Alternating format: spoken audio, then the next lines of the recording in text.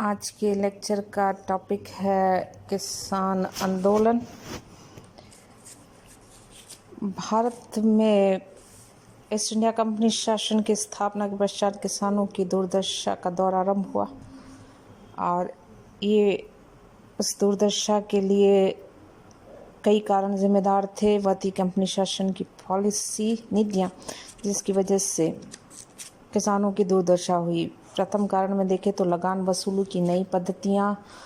दूसरा था कृषि भूमि पर बोझ का बढ़ना, व्यापारिक फसलों के उत्पादन को बढ़ावा देना, भूमि को हस्तांतरण वस्तु बना देना, छोटे छोटे खेतों की संख्या में वृद्धि, भूमि में बेदखली।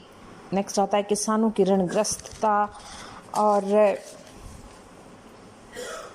कृषि विकास में ठहराव आ जाना। ये तमाम ऐसे कारण थे जिसकी वजह से किसानों के जीवन काफ़ी कष्टप्रद हो गया और उन पर जमींदारों, सरकारी अधिकारियों तथा देशी रियासतों में जागीरदारों तथा सूदखोरों, साहूकारों के अत्याचारों ने रही सही कसर भी पूरी कर दी। ऐसी स्थिति में भारत के विभिन्न भागों में समय समय पर किसान आंदोलन करने के लिए विवश हो गए। उनके आंदोलन की सूची बहुत ही लंबी है, लेकिन हम इस यहाँ पर है वो देखें तो प्रथम आंदोलन अगर देखें तो संथाल विद्रोह 1855 to 56, जिसमें बिहार के मुर्शिदाबाद जिले के आसपास के इलाकों में संथाल जनजाति रहती है। बंगाल में स्थायी बंदोबस्त होने के बाद वे अपने प्रदेशों को छोड़कर राजमहल के जंगलों में बस गए। 19वीं शताब्दी में संथाल इलाकों में बाहरी लोगों के प्रवेश से उनमें असंतोष बढ़ने लगा। जमींदार लोग उचित अनुचित तरीकों से उनकी भूमि हड़पने लगे और उनसे बलात् लगान भी वसूल करने लगे। साहूकारों, राजस्व व पुलिस कर्मचारियों भी उन्हें तंग करना शुरू किया। संथालों से कम मजदूरी पर बलात् काम भी रेलवे निर्माण के अंतर्गत किया जाने लगा।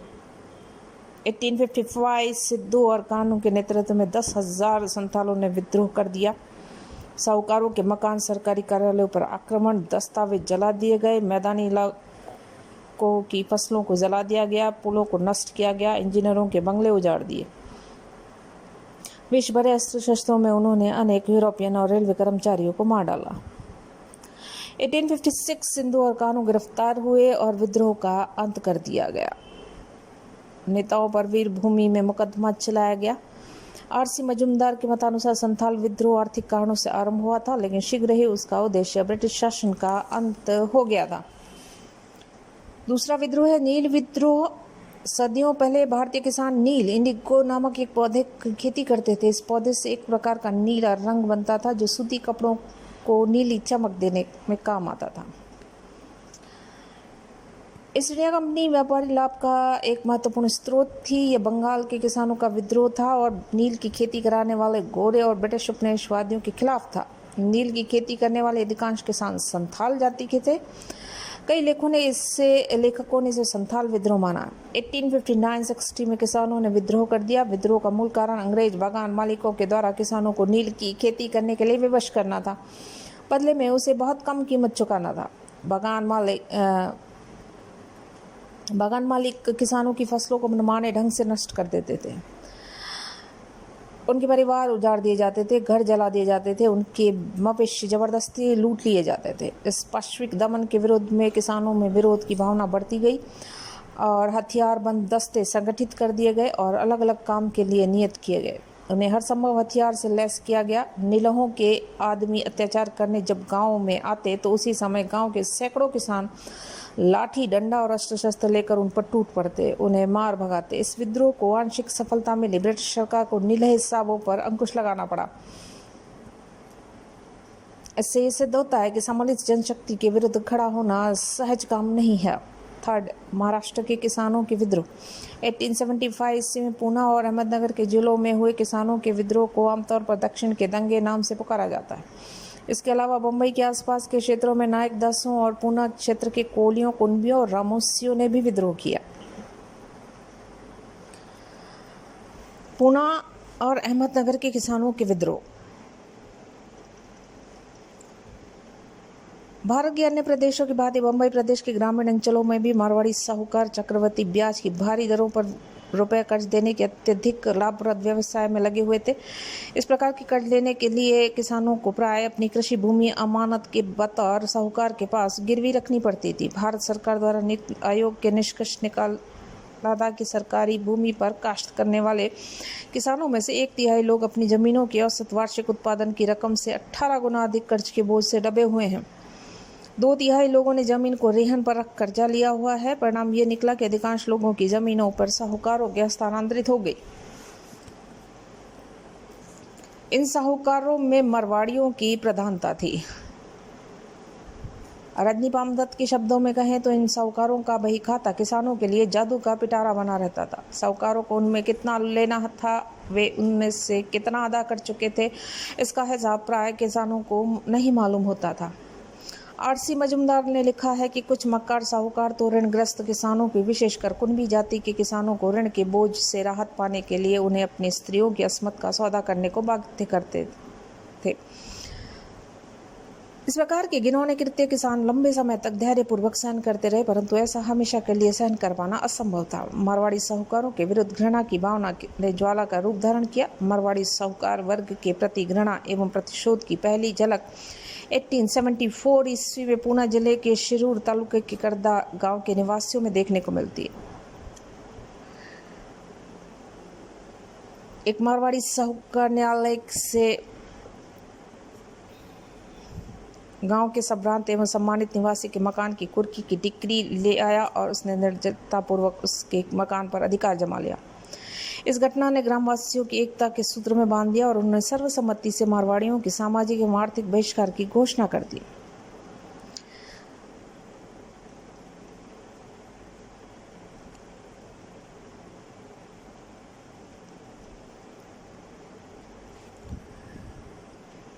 निष्क्रिय प्रतिरोध शीघ्र ही अथवा कुछ समय बाद हिंसक मोड़ ले लेगा। हिंसक उपद्रव की पहली घटना पूना जिले के एक गांव सूपा में 12 मई 1875 ईस्वी को घटित हुई। उपद्रवी भीड़ ने कुछ गुजराती साहूकारों की दुकानों और मकानों से लूटपाट की और एक घर को जला डाला। इसका असर समीप के गांवों तथा अहमदनगर जिले के कुछ गांवों पर भी पड़ा। सरकारी आंकड़ों के अनुसार 33 गांवों में हिंसक उपद्रव भड़क उठे और बड़े पैमाने पर इन गांवों में साहूकारों के प्रतिष्ठानों तथा मकानों से लूट लिया गया। इन उपद्रवों के संबंध में 951 लोगों को बंदी बनाया गया, जिनमें से 500 से अधिक व्यक्तियों को सख्त कारावास की सजा सुनाई गई।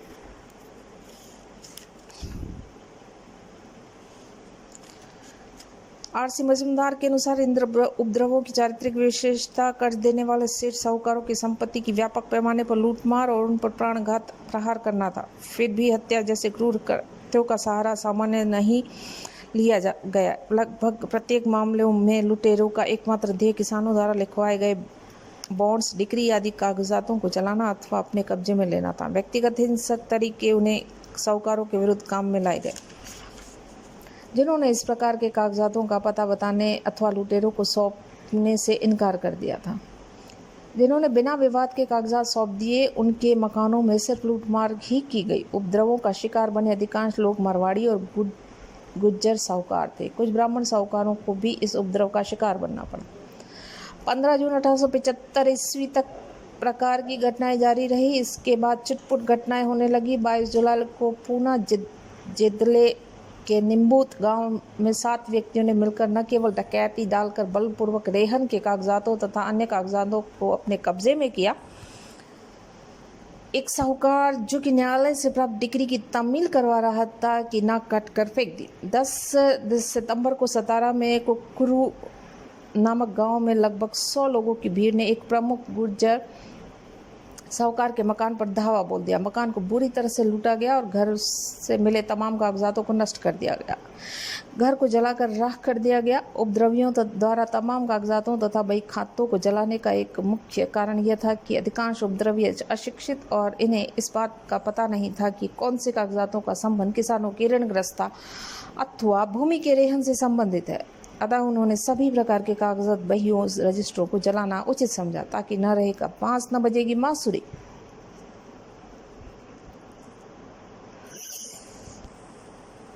उपयुक्त दंगों के स्वरूप और उनके कारणों को जांच करने के लिए भारत सरकार ने एक आयोग नियुक्त किया। आयोग ने सर्वसम्मति से निष्कर्ष निकाला कि किसानों की दरिद्रता और उससे उत्पन्न ऋणग्रस्तता इस दंगों का मूल कारण था।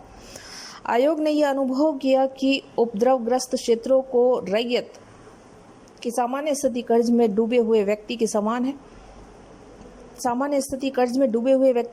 है। और उपद्रवों के पहले की 20 वर्षों में यह स्थिति धीरे धीरे असहनीय होती गई। बीच के कुछ वर्षों में कपास की अच्छी फसल होने के परिणामस्वरूप ऋणग्रस्तता के बुरे परिणाम स्थगित रहे, परंतु विगत 6 वर्षों में यह बुरे परिणाम और भी तीव्र गति से सामने आने लगे। संपूर्ण स्थिति का अवलोकन करते हुए आयोग ने ऋण देने वाले साहूकारों के विरुद्ध काश्तकारों में व्याप्त असंतोष के परिणामस्वरूप होने वाले अनेक व्यापक उपद्रवों की ओर इशारा किया। ये उपद्रव भी हाल में हुए उपद्रवों से काफ़ी समानता रखते थे। आयोग ने इस संबंध में 1855 ईस्वी के संथाल विद्रोह, 1845 में भील सरदार रघु भंगरिया, जो कि बड़ी तादाद में अपने अन्यायी लुटेरे भीलों के साथ लूटमार किया करता था और मारवाड़ी साहूकारों की और नाक काटना उसकी आदत सी पड़ गई थी, दृष्टांत भी दिए। अप्रैल 1871 और जुलाई 1875 मध्य केरा जिले में हिंसक उपद्रवों के दौरान 9 लोगों को मार डाला गया, 10 लोगों पर प्राणघात हमले हुए, 36 लोगों को मारा पीटा गया और 7 मकानों की लूटपाट के बाद जला दिया गया। ऋणग्रस्त 3 किसानों ने आत्महत्या कर ली ताकि साहूकारों के शोषण से मुक्ति मिल सके। आयोग के आंकड़ों के अनुसार 1871 से 1874 के मध्य अहमदनगर जिले में हत्या की 2 वारदातें, डकैती की 5 वारदातें, मकानों की तोड़फोड़ की 7 घटनाएं, उपद्रव की 3 और आगजनी की 1 घटना घटित हुई। पूना में 1873-74 की अवधि में 1 व्यक्ति की हत्या हुई और 7 लूटपाट की घटनाएं घटित हुई। 5 वर्षों की अवधि में 77 गंभीर मामले घटित हुए। आयोग के एक सदस्य वैडनबर्ग का मानना था कि भारत में जिस संभावित उपद्रव की कल्पना की जाने लगी है वह बम्बई प्रेसिडेंसी में होने वाले कृषक विद्रोह, जिन्हें दक्षिण दंगे कहा जाता है, मिलती जुलती है। ये घटनाएं चितरी हुई गैंग डकैतियों और साहूकारों पर हमले में से शुरू होती है और अंत में जब विभिन्न डकैत मिलकर कार्यवाही करने लगे तो पूना में तैनात पदातिक अश्वारोही और तोपखाना समझ सैनिक बल को उनके विरुद्ध प्रयोग में लाना पड़ा। ये डकैत दल पश्चिमी घाटों के जंगलों में घूमते रहते थे। सैनिक टुकड़ियों के आगमन की सूचना मिलते ही बिखर कर अदृश्य हो जाते, तत्काल बाद निर्धारित सुविधा युक्त स्थान पर पुनः एकत्रित हो जाते। रात्रि में महाबलेश्वरम और माथेरान के पहाड़ी शिविरों में उनका अलाव जलाते तथा खाना पकाते हुए देखा जा सकता था। इससे स्पष्ट है कि वैडनबर्ग और आयोग ने जिन्हें डकैत समझा वे वास्तव में उत्पीड़ित किसान थे और हिंसक कार्रवाइयों के बाद जंगलों में आश्रय लिया थे और अवसर मिलते ही अन्य गांवों को साहूकारों पर टूट पड़ते थे। इन दंगों को दबाने में सरकार को काफ़ी समय और परिश्रम नष्ट करना पड़ा था। नेक्स्ट आता है वासुदेव बलवंत फड़के का विद्रोह। महाराष्ट्र के किसानों और जनसाधारण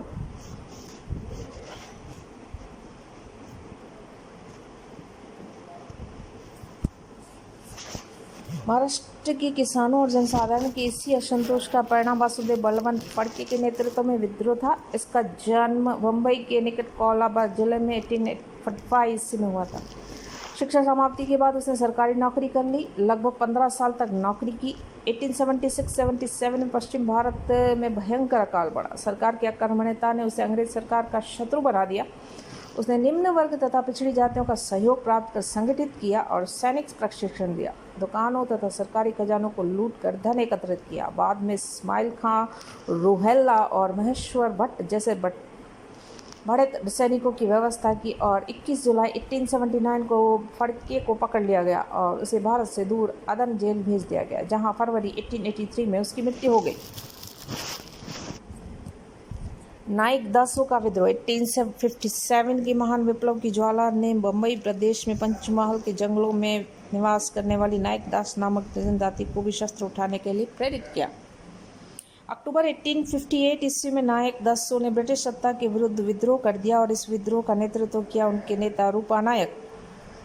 नायक दासों ने अंग्रेजों को डटकर मुकाबला किया।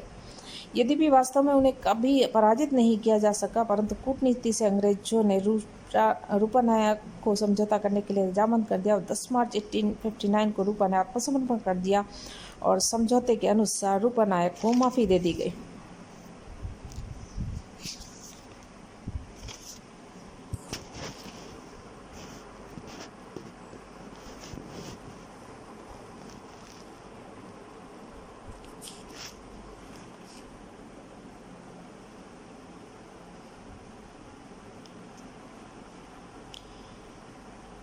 (1867) में झम्बूगोड़ा के उत्तर पश्चिम में स्थित वेडक गांव के झोरिया नायक ने एक आध्यात्मिक संत की भांति आचरण शुरू किया। स्वयं को परमेश्वर का अवतार घोषित कर दिया। नायक जाति के लोग विशुद्ध नैतिक जीवन व्यतीत करने की शिक्षा दी। अनुयायी की संख्या बड़ी हो गई और जनवरी 1868 में रूपा नायक भी उसका शिष्य बना। दोनों ने मिलकर एक नए राज्य स्थापित करने का निश्चय किया। जोरिया को नए राज्य का आध्यात्मिक अध्यक्ष और रूपा को राजनीतिक अध्यक्ष बनाने जाने की बात तय हुई। वैदक ने अपना एक प्रशासनिक केंद्र स्थापित करने, लोगों से दान जुर्माना तथा स्थानीय करों के माध्यम से राजस्व वसूल करना शुरू कर दिया। इसके बाद रूपा नायक ने पुराने अधिकार के आधार पर जरिया राज्य में नौरूकोट के निकट स्थित राजगढ़ की पुलिस चौकी के क्षेत्र में राजस्व में अपनी भागीदारी की मांग की, जिसे स्वीकार नहीं किया गया। रूपा ने अपने लगभग 500 अनुयायियों के साथ राजगढ़ पर आक्रमण कर दिया। मुख्य देव बरिया पुलिस के अंग्रेज सुप्रीटेंडेंट की हत्या करने में विफल रहा। उसके आगमन के पूर्व अंग्रेज अधिकारी राजगढ़ छोड़कर जा चुके थे। 3 सुरक्षा कर्मचारी मारे गए, 3 घायल हुए। रूपा को पुलिस चौकी से 800 रुपये नकद, कुछ शस्त्र, 2 घोड़े और लूटमार से कुछ निजी व्यक्तियों से धन मिला। इस अभियान के बाद रूपा पंचमहल की तरफ लौट गया और जहां नायक दास और बहुत से मकारानी भी उससे आ मिले। सबने मिलकर जम्बूगढ़ पर धावा बोल दिया और हलोल की तरफ बढ़े। उधर जोरिया भगत भी चुपचाप नहीं बैठा। उसने जिले के अंधविश्वासी एवं भीरू लोगों में आतंक एवं भय ऐसा वातावरण उत्पन्न किया कि बिना किसी क्षति के प्रारंभिक अभियानों में सफलता प्राप्त कर ली। इससे उत्साहित होकर जोरिया ने 6 फरवरी 1867 को छोटा उदयपुर में जेतपुर की चौकी पर धावा बोल दिया। सरदार अपने कुछ अनुयायियों के साथ समीप के जंगल में शिकार खेल रहा था। जोरिया का मुकाबला किया, 3 नायक मारे गए। जोरिया ने इसका बदला लेने की धमकी दी। सरदार छोटे उदयपुर सुरक्षा के लिए लौट गया। अराजकता की स्थिति अन्य क्षेत्रों में फैलती चली गई। ब्रिटिश सेना ने भगत के मुख्यालय पर धावा बोल दिया और भगत का एक प्रमुख साथी मारा गया। 2 घायल हुए। भगत के विद्रोह को दबा दिया गया। यद्यपि रूप सिंह जोरिया और रूप सिंह के लड़के गलालिया ने कुछ समय तक विद्रोह की ज्वाला प्रज्वलित रखी, अंत में सभी पकड़े गए और बाकायदा मुकदमा चला गया और न्यायालय के आदेश से उन्हें फांसी पर लटका दिया गया।